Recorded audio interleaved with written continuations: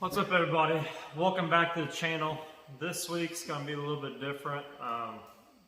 Last weekend was Labor Day, so it kind of ruined the schedule on a lot of things, especially with getting cars done and back to the customers, and with work and everything. It's going to be a little bit different this week, just because it is one day short, so I don't really have anything planned. I still have the PS5 covers that I need to get working on. I still don't know if I want to do like a full-blown PS5 exclusive game on it, theme kind of, or if I want to do something different on it. So I'm kind of torn between doing like an Uncharted series on it, or like a Silent Hill, or maybe like a Resident Evil, something that's exclusive to the PlayStation.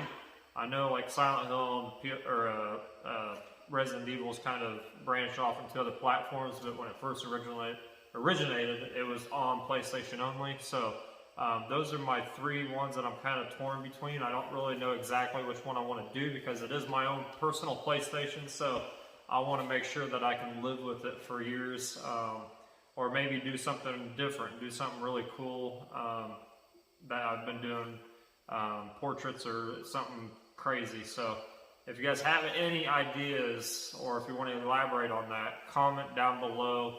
I'll look them over, I'll respond to you guys, and then we'll go from there. So that's right now is on hold, and this weekend I've got a festival I'm doing with my mom. She is an artist as well. She does a lot of hand painting, so we are tag teaming a fall festival together. If you're local to Indiana or Indianapolis, Pendleton, Indiana, it'll be Friday and Saturday. I won't be there Friday because I got to work, but Saturday I'll be there all day with her. So we're going to start selling. She's got a lot of prints she's going to do. I've got some stuff that I've had hung up in my house as well as in the shop that I'm going to take and try to sell. So if you're local and you want to come support us, come buy some cool art to hang up in your garage or your house. It'll be in Pendleton on Friday and Saturday. So I'm kind of getting ready for all that because I need to get things organized, decide what I'm going to take, what I'm not going to take, and what I think is going to sell. I've got about 15 pieces I think I'm going to take, but I'm not going to take them all just because I don't want to haul them all there, and some of them might not be fitting for that type of an event. So I got to figure all that out, and I might do some prints of things here and there. And I know I've been trying to get this print thing situated and sorted out, but I'm having a really big problem with mass producing everything because it is just me. I'll be doing it myself. I'm not going to kind of send it out to somebody else because then you start losing quality and things like that. So I'm still sorting the print idea out, and right now I don't have anything that I want to sell as a print, like mass produce. So until I start doing artwork that I would like to share with you guys, if you guys are interested in some of my stuff that I've done here on the channel, let me know because I'll be selling them for 20 bucks as a 13 by 19, and they'll be framed. If you want them framed, they'll be 30. If you want them not framed, just the picture, it'd be $20. So, and I can ship those out. So just comment down below if that's something you guys are interested in. I have a lot more things in the works for the channel. It's just getting around time right now with work. Work is picking up. It's kind of starting the busy season, so we're starting to get a lot more cars in. I'm not getting home early enough to actually start doing things out here more. So with everything right now, this week's going to be kind of like, I'm going to call it a wash. But I do have something planned for the day. I want to share a little bit of tips and tricks with you. And then I've got some things written down right here that I want to share with you guys.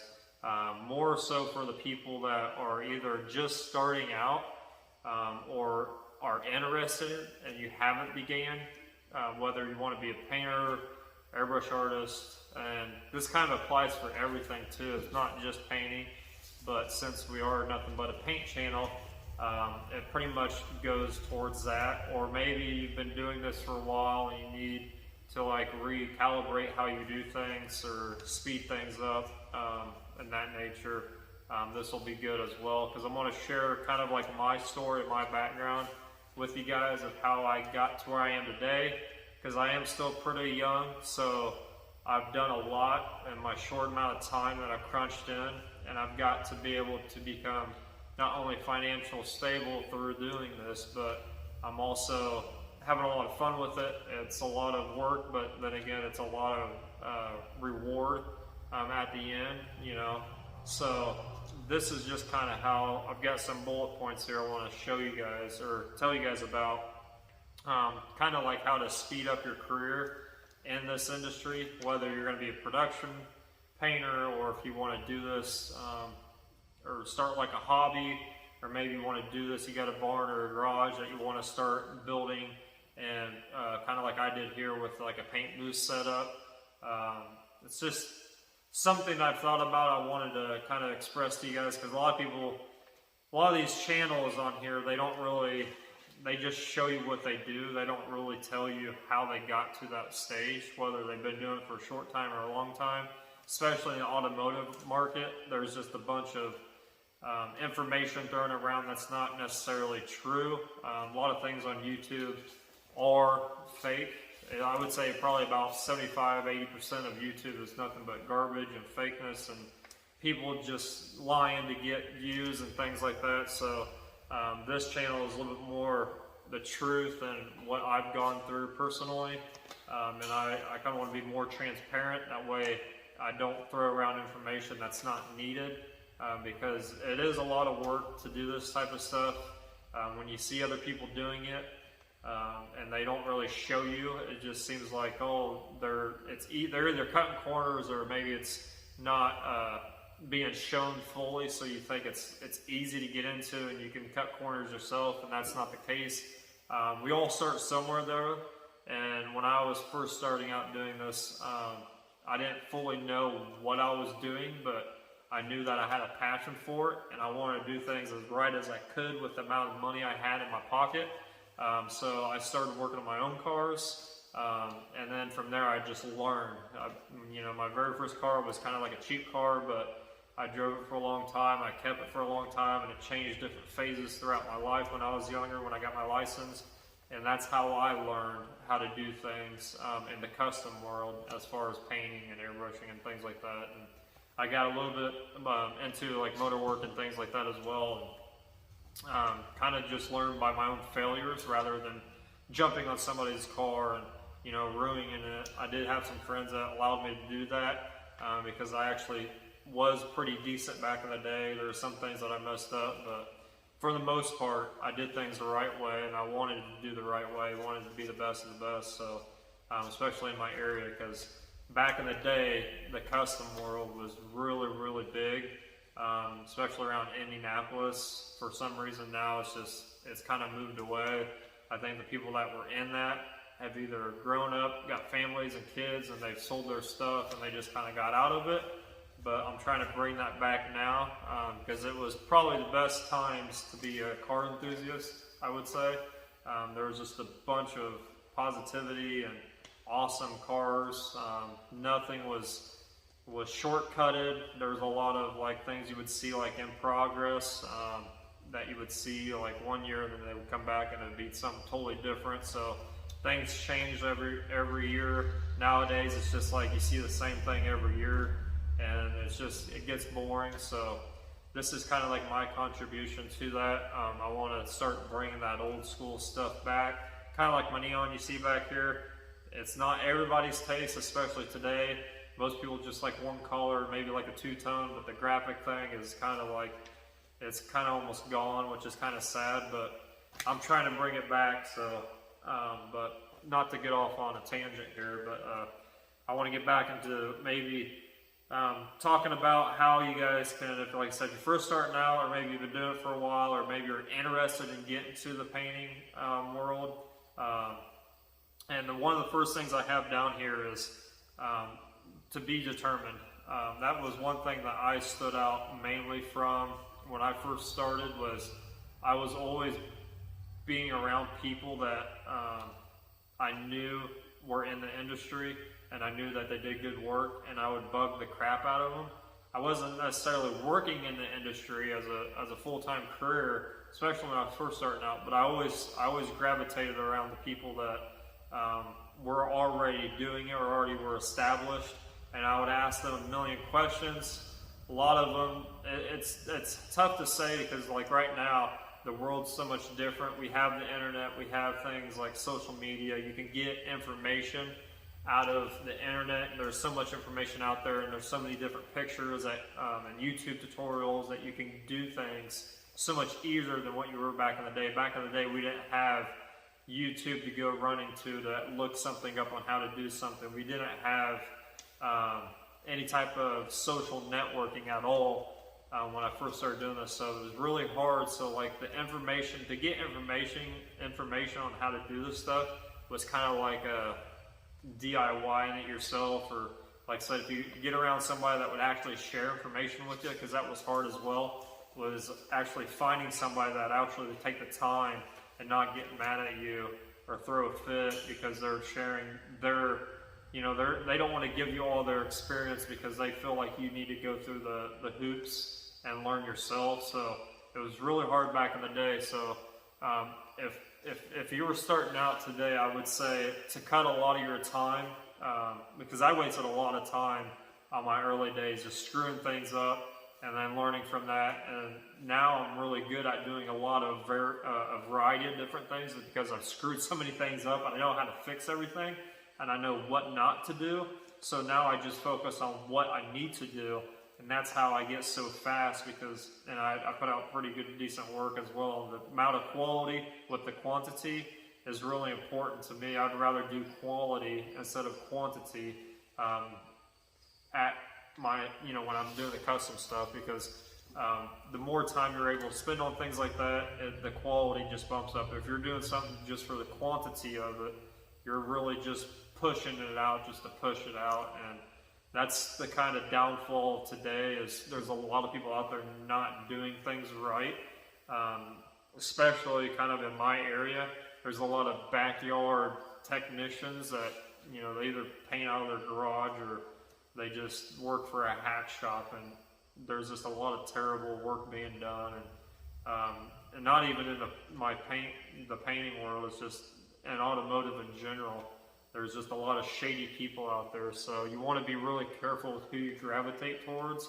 You want to get kind of around people that are professionals and they work in a really, you got to find somebody that works in a good shop, somebody that does, you want to look at their work. You want to find somebody that actually is going to give you the quality time that you need to learn, and don't get frustrated as well, because most of the time, if you're a younger person and you're like 19 and 20 or whatever, just getting out of high school, don't think they're just going to let you paint anything, especially if you do find somebody that's willing to take the time to teach you, because more than likely you're going to be what we call the bitch boy. You're going to be cleaning things, you're going to be sweeping the floors, you're going to be doing a bunch of just nonsense work. But I'll tell you that from my experience, because that's where I started out just being like pretty much a janitor / detailer, and I bugged every shop I worked at. I bugged the painters or the preppers, and I would always go to the booth and I would look inside and I would just bug the crap out of them to let me paint. Some did, some didn't. Some were more assholes than others, but some were really cool as well. And I just kind of took a little bit of everything, a little bit of something from everybody, and I stuck the things that I thought were wrong or were bad. I just left those out of my brain, and I just kind of was a sponge to everything that I liked and what I saw. So I kind of took a little bit of something from everybody throughout my career, and I just kind of made everything my own. And it helped speed up on things a lot more, because I'm a hands-on person, but if I can see it being done and being done correctly, then I learn a lot quicker that way. So if you can get it somewhere to where they'll let you just, be around, then you're going to be cutting a lot of time out of your career in order to become either, if you're wanting to be a body tech or a painter or a prepper or whatever you want to do in this industry, then you just want to make sure your presence is known, because nowadays kids get, like I said, we have somebody where I work now, and they throw fits when we tell them, hey, take the trash out. They throw fits, you know, hey, we need these cars moved around. And when you have that bad attitude, obviously you're not going to be happy about it because you're not doing what you want to do. But at the same time, you got to show that your attitude's not crap, because you're never going to be able to move up, especially in this industry where it is now, because there's a lot of good people out there that are in this industry, and it's hard to replace them. So they're the ones getting paid a lot. They're the ones that are actually doing the work. So if you just show that you have a good attitude and that you're willing to do work, because like I said in the beginning, it's a ton of work. It's not something that you think, you know, when people watch me, I always get the comment of like, man, you make that look so easy and you get stuff done so fast. It's like, well, because I've been doing it for almost, 19, 20 years now. And I always say for the first 5 or 6 years of my life, I screwed everything up. So, but yeah, I've been doing it for a very long time. So, and I've been in a lot of different shops. I mean, I've probably worked in probably a good 12 to 15 different shops. So I've seen a lot of the good, I've seen a lot of the bad. Like I said, I just took a little bit of something from everybody and I just applied it, and then I just kind of ran with it. So make sure your attitude is always, you know, the mindset of being like, okay, you never want to say no, especially if it's like a manager or somebody or somebody that you look up to is asking you to do something. Just always have that mentality of being like, okay, I'll do that, okay. Because it's always leading up to your work ethic, and that's what they're judging you on. They're wanting to see if you're in it for the long haul, or if you're in it just to be there for temporarily reasons. And if you show them that you're there to actually be there, I know personally for me that if somebody walks in and is actually wanting to be a painter and they want me to teach them, and they're actually showing me that they want to be there and do the work rather than just sit there on their phones or like be, you know, the person runs back home to their buddies being like, hey, I'm a painter, whatever. You know, if you're there for the right reasons, then it's gonna be easier for me to teach you, for one, and it's gonna enable me to help you do better, because I'm gonna be that much more motivated to work with you. So just keep that in mind, because I know the younger generation right now is they're all over the place, and it's really hard to teach any of them. It's really hard to get them to work.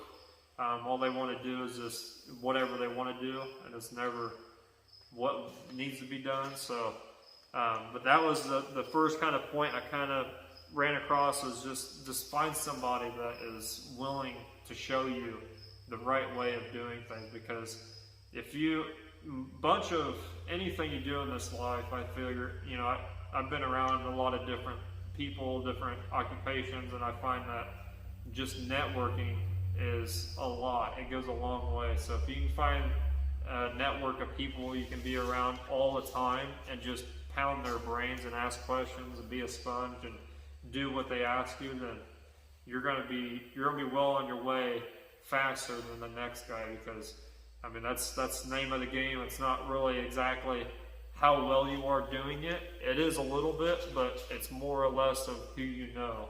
And that's what I've learned throughout my career. So the next one is, it kind of goes along the ways of if you're doing this at home, or maybe you're just starting out and you haven't really bought anything, is to not buy cheap equipment, tools, anything that's really cheap.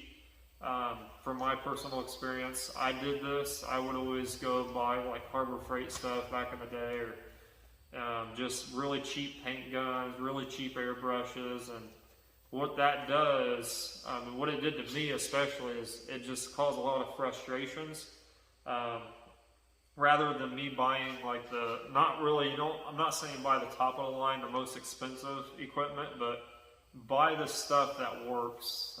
Like I said, you don't have to buy the top of the lines, and just don't buy the really cheap stuff, because it's gonna get yourself in that mindset of just being frustrated all the time, and that's gonna really slow you down. Because especially with like airbrushing or painting, I say it's 90% mental. The work itself is not hard. I can teach a monkey how to do this stuff, or I can teach my niece and nephew how to do this stuff and spray a car, and they do probably just fine with just me watching them. But if you're in that negative attitude space and you're frustrated all the time, then it's going to show through your work. And I'm a big firm believer that, and I've heard a lot of people not, they think of this the other way, but I'm a big firm believer that if you have the right tools, it's going to make you that much better. Whether you have skill or not, if you put the right tool in front of somebody, I believe that it's going to just, for one, they're not going to be as frustrated because they're not going to have to fix, or things aren't going to be broken down. You're not going to spend more money because you broke something, or maybe something's not working the way it says it does.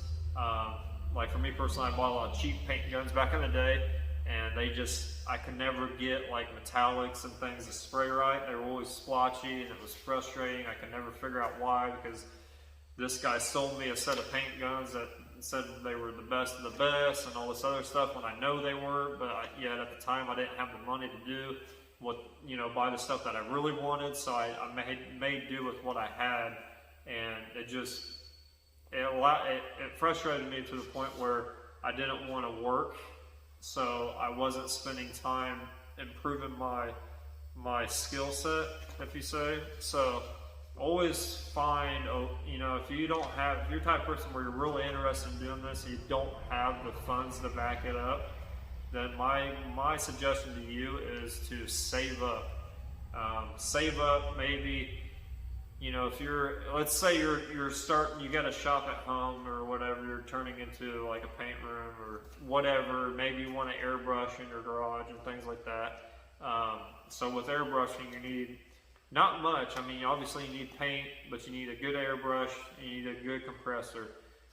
Don't buy those little, I call them like little square box compressors, because they're not really there.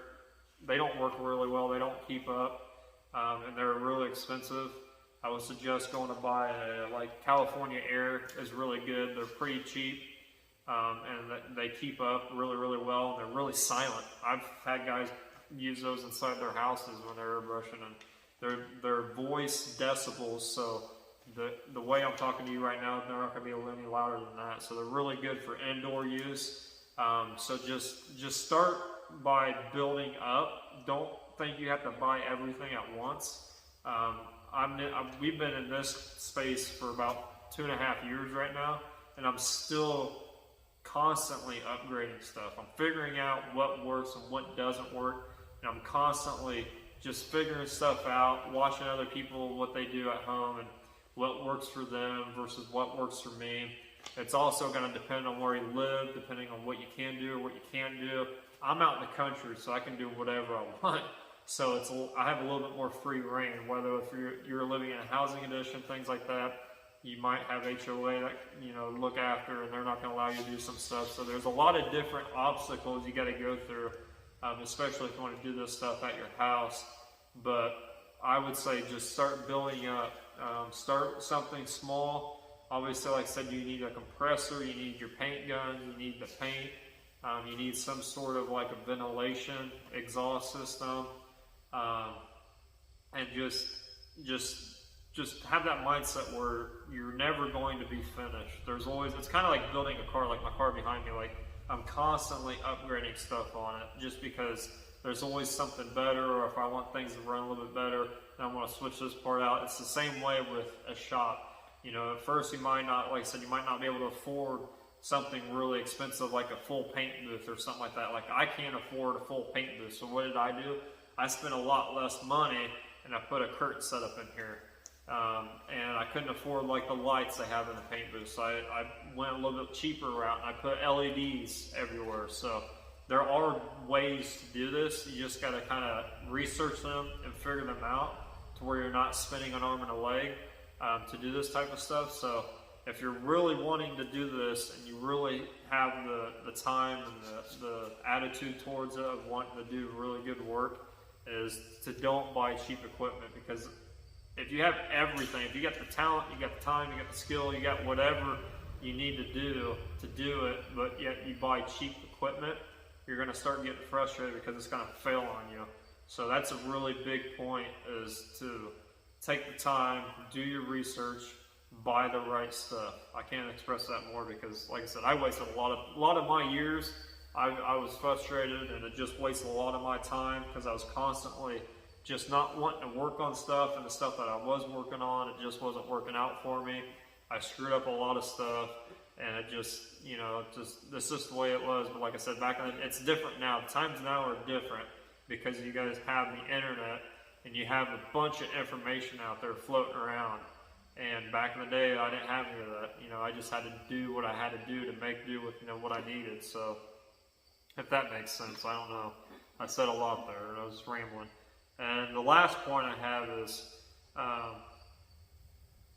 I can't read my own handwriting. Oh, it kind of just ties into what I just said. It's always doing the right thing.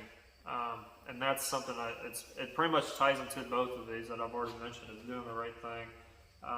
There's a lot of, like I said earlier, there's a lot of people out there, a lot of shady people that'll take your money, and they just, either they're going to use cheap products or they're not going to do it right. And don't be one of those people. The internet and this world is flooded with those type of people. Kind of like the DIYers that just do stuff just to do stuff so they can say they did it. And don't be one of those. Do things right. Don't cut corners. That was another point that I wanted to bring up, and that kind of goes inside with that. Is the more corners you cut, the more your reputation is going to be negative. You really don't want that. And like I said, it's just, there's so many people out there that are shady, especially in the automotive trade side. They're just willing to take your money and do things half-ass and cut corners. And then, you know, you might not notice it right now, but down the road, like whether they use the cheap clear, now your clear's falling off your car or whatever. They use cheap paint and the stuff's not sticking, or whether they didn't sand it right, or they didn't actually fix what they said they were going to fix, or they didn't use the right, you know, the paint that they said they were going to use, and they're just willing to take your money and things like that. And you can obviously tell those people apart from what they charge. I tell this to my customers all the time. It's, you know, I get those people that are saying, you know, well, you're $500-600 more than Peter down the street. Well, I was like, well, Peter down the street is he probably don't have a full mixing bank in his garage and is actually a legit painting setup. And he's probably not going to use the really good materials. He's probably not going to, you know, do the work really well because, you know, in my mindset, you're paying most of its labor. And this trade, most of the money you spend is labor. I mean, obviously the equipment and the materials are really expensive too once you start adding everything up. But that's just a fraction of the time that you're going to spend in doing this type of work. And you know, I've done almost anything and everything in this trade of whether it was airbrushing or painting or doing some custom, you know, fiberglass and whatever bodywork type stuff. I've done pretty much it all. So I've been around for a while, and I know what things cost. And when people come to me and say, "Hey, well, you know, you're 3 times expensive as the other guy that just," I was like, "Well, they're cheaper for a reason." And I tell that to all my customers. They're cheap. So, you know, the cheapness, it doesn't grow quality repairs, in my opinion. It's just, you know, I've seen a lot of cheap backyard people do things that are so cheap. I'm like, how do they even take the time to even just spray it? Because to me, like, I had one guy come to me saying, "Hey, I need my bumper redone because I let Joe down the street spray it for $150, and I'm sitting here scratching my head saying, well, how did he even buy the sealer, the paint, the clear? Because even if it had it sitting in his garage, I know the base coat by itself on this blue that you have on your car is at least $150 to $200 by itself, let alone the sandpaper, the time, and all that stuff to do it. So it just tells me in the back of my head that, you know, obviously this guy cut corners, and that's why it's failing on you. Now I'm going to charge you triple because I've got not only to fix his mistakes, but I've also got to spend money on this and my time and effort to fix what he messed up. So if you really want to do this stuff, and you really want to get good at it, take your time, do it the right way, don't cut corners, and trust me, it's not going to happen overnight. I've been doing this stuff for about 19-20 years, and I'm just now getting to the point where it's becoming easy for me, but it's still a lot of work. But what I do is I enjoy it more because it's not as hard as it used to be, if that makes sense. That's why I say it's a little bit easier for me to, because I can go in there. If I could shut my eyes and know where I was, I could paint something with my eyes closed. It's just, I've done it so many times that it's just becoming that easy for me, and it's no longer, a hassle or it's no longer like a hard effort for me, or I'm not working my butt off to get the results I want, because I know what works and what doesn't work, and I don't cut corners. As long as you do things the right way, you will do them once. You will never have to do them twice or 3 times or 4 times, because if you do it once the first time, you're going to be saving a lot of time, just because you won't be redoing it down the road. Because trust me, if you do things for cheap and you start cutting corners, and that customer, is keeping their car or whatever for years to come, they're going to be back and they'll be asking you questions. Why this is failing? Why is that failing? Why is this? And why is that? And then your reputation is going to get around in your town or your city or whatever you live, and it's not going to be good. And it's harder to climb out of that hole with a bad reputation than it is. I would rather be that guy that would, I've got a reputation of I'm too expensive, but yet, man, his work is really good. I'd rather be that guy than the guy that's got a bad reputation that's trying to dig himself out of it. And that's just me personally. I know some people will probably have different takes on that, but I would rather be the expensive person. And to be honest with you, I'm not that expensive. I charge an hourly rate. I do really, really well with keeping track of the hours. I write everything down. And I know guys that obviously do the same amount of quality, or if not better quality, and they're almost double my amount. And I work in shops, and I know a lot of people that work in shops, and I know a lot of the rates around where I live.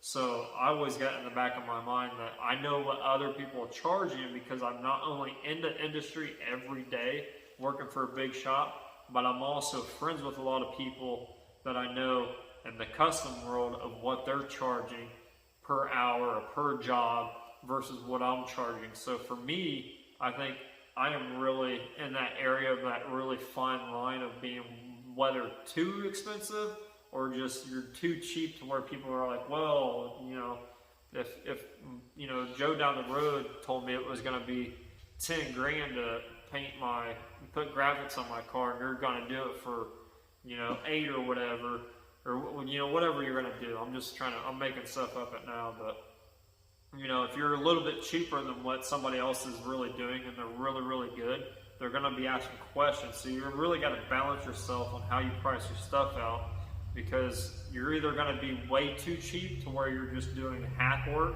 You're going to be either in that middle line to where it's like it's kind of like a gray area where you're kind of too expensive for a lot of people, but you're too cheap still. So the people that really want good quality done are going to be asking questions of why you're still too cheap. And that's kind of like in the area that I'm in, because in my area, this stuff isn't really, it's not big enough to where I could quit my day job and just do this full time, because I don't do that much of it.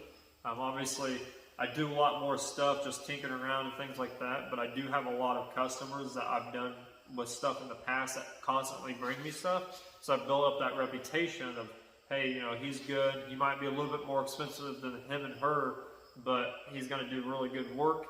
And I'm not to the point where I'm just so expensive that people are just like, there's no way I can pay for that, or no way I'm going to do that because you're just so expensive. I'm not, but it's kind of like a balancing act. You gotta do your research. You gotta know people. You gotta talk to people. You gotta network. You gotta know your area really well. I've been born and raised in this area, so I've been around, and I know what people are willing to pay versus what the quality of the work I'm going to put out for them. So that's why I kind of switched from pricing job to job to doing hourly, because it's better for me to say, hey, I no longer, price my jobs accordingly per job, because people don't understand that when you price your stuff, they think that for some reason people don't understand that things cost differently. whether it's you're painting a front bumper for them or you painted a set of valve covers for somebody. They don't understand that things are different priced because they're not either it's not a big job, it's a smaller job.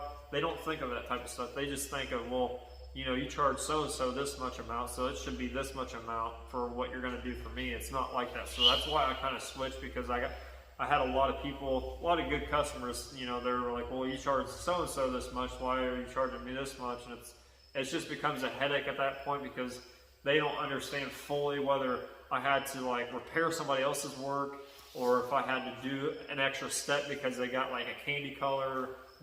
Customers don't understand that part of it. So it's easier for me to say, hey, I'm charging you by the hour. I'm going to do really good with keeping my hours tight. I'm not going to charge you if I go to lunch, or, you know, a lot of guys, there's a lot of shady people that will charge you when they go to lunch and stuff like that for that hour when they're not actually working on your stuff, and you got to be really careful. So like, I've gotten really good at keeping a really good tab on what I do work on. If I have a lot of stuff in here, and I just keep everything written down in a pen form, and that way I can show the customer if they ask for it, what, you know, how many hours did you actually work on this. And I usually write down the amount of hours, whether it's an hour or 2 hours of what I did. Maybe, hey, I took off your front bumper, it took me 45 minutes, an hour, or whatever it took. So it's a lot easier. So get good at pricing your stuff as well. And I would say go the hourly route if you know what you're worth, but at the same time, you're going to have to know how much material you're going to use, because I had to go through that as well, because when I bought this bank system, I totally had to revamp the way I was charging, because I had to calculate how much things go into each stuff. So that was all built into my hourly rate. So you got to figure out that, and that's going to really determine on what system or what kind of paint you use. If you're going to use, like, House of Color is not the most expensive. It's actually cheaper than a lot of stuff. But if I was using stuff at work, or, you know, it's going to be a lot more expensive than the stuff that I use at home. So you got to really calculate that into your hourly rate. So just those are a few points I wanted to bring up. Was, you know, get interested in what you're doing, get determined. It's just going to push you that much further. Get around some good people. Don't cut corners, don't do shady work. Always do the right thing, and learn how to price your stuff out accordingly. You know, if you're just starting out in this stuff, obviously you don't want to charge an arm and a leg, but you want to still charge enough to where your materials are covered. And that's how you're going to get reputation built up. You know, if you're the person that's going to be doing really good stuff, and you've been doing really good stuff over the years, and you can't figure out why you don't have customers or why people aren't coming to you, then it's something, you know, it's something on you, or it might be, I've got a mouse running around, I just saw him. It might be on you, or it might be something else within your price range. So you just got to sit down and go over everything, get everything calculated with what you're charging, and then go from there. So those are just some things. If you have anything else in the comments to add to this, if you've been doing this for a long time, please share, because I would like to know. And then I'm going to try to get on this PSI stuff. I got some panels to prep for the event, because I think I'm going to take some stuff there to actually airbrush on site, so people will see what I actually do rather than just take stuff and sell it.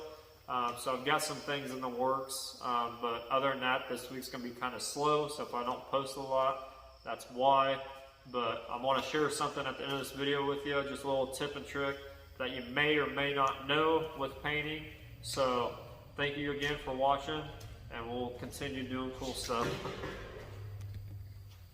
What's up, everybody? I'm going to show you guys another paint tech tip when you're painting cars for blending, or if you need to blend and you got a panel that has no body work, it's just literally just blend the color into it.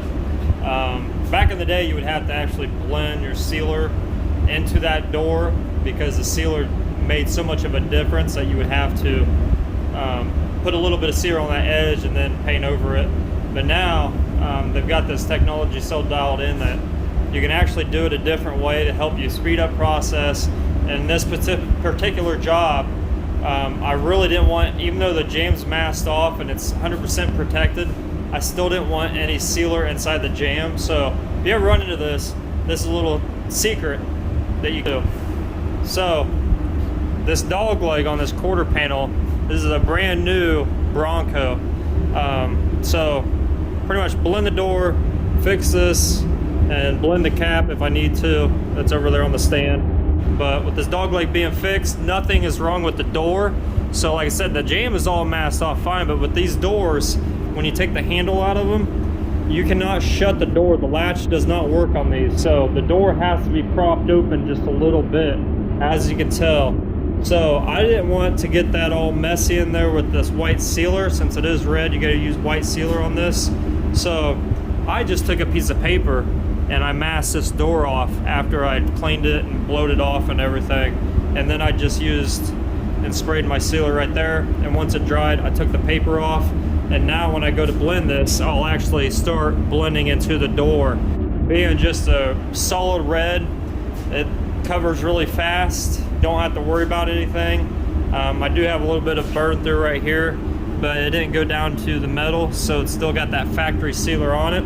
And they use white from the factory, so that that way you know that it is actually a white sealer. My computer system tells me it is. So, but didn't have to worry about that. I can blue color on that, be done with it. So I can do this whole jam and just blend it up, and not have to worry about getting sealer. Because sealer, depending on what brand you use of paint, some sealers are pretty nasty and they leave a hard edge line, so you gotta be really careful. The one I use, it actually melts into the panel really well if you put it on the way it needs to be. So it just all depends, and it all varies. Some paint companies will tell you need to put sealer on the edge and things like that. In certain colors you will need to. If you're doing like a tri-coat or anything like that, you might want to blow some on top of it. But to keep everything out of the jam, just go ahead and tape that up, spray your sealer, let it dry, pull it off, and you're ready to tack off your sealer and put some paint down. So it's just a little tip. It's nothing really too crazy, but if you've never painted cars before, if you've never done production type work, this speeds up the process tremendously, because I'm not sitting there fighting overspray or dryness from the sealer when I go to put that base on it. It won't leave a line or anything, and I can just go ahead and paint it, and once that dries and clear it, just speeds things up a lot. So but yeah, that's all I have today. So that's just my little tip. So this is what it should look like after you get done blending your color. I've pretty much blended all the way up in the door. A little, I would say, not even midway on the door handle. If you look straight down, you can tell it's already been tacked off, and now it's ready to clear. So I've got my clear mixed up. If you guys are ever wondering, at work we are a BASF, so we use Diamont for base, and then we use Glazerite for clear, and it's the 460. So it's a Glazerite clear that I use, and the standard is 2 coats of clear. It's not the custom stuff like I do, you guys have been seeing at home. It's all collision work, so everything gets nothing but 2 coats of clear. So I put it on pretty much wet on wet. First coat looks like it's almost done. Second coat is just there to fill and to smooth everything out. So but yeah, we're gonna get this thing cleared. I'm gonna get my gun ready and set up and my fresh air on, so we're gonna clear this thing.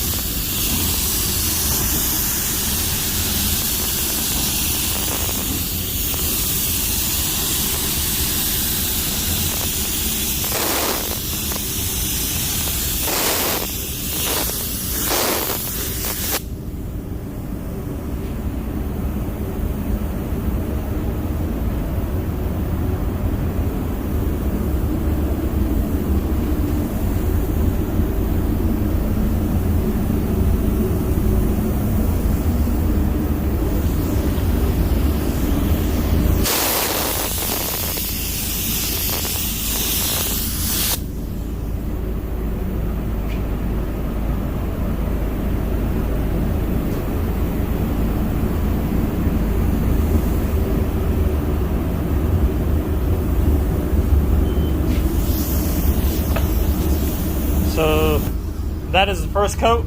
I'll let it flash off for 4 or 5 minutes. Come back in here, add a second coat, then it'll be baking.